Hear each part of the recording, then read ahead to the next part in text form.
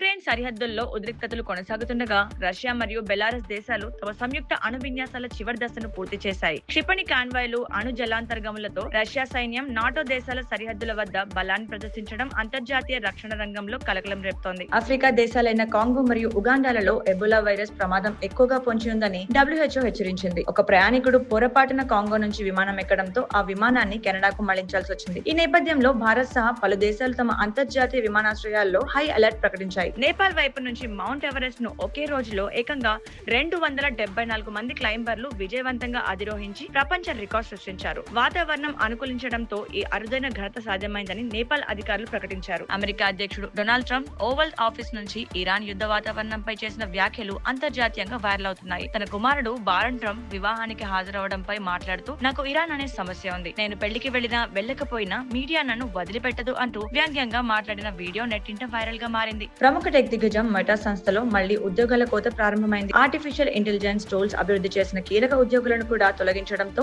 NDTV H1B వీసాలపై అమెరికాలో ఉన్న భారతీయ టెక్కీలు తీవ్ర ఇబ్బందులు ఎదుర్కొంటున్నారు. వీరు పెట్టిన భావోద్వేగ పోస్టులు LinkedIn, X వేదికలపై విస్తృతంగా షేర్ అవుతున్నాయి. మరిన్ని అప్డేట్స్ కోసం మా ఛానల్ ని ఫాలో అవ్వండి.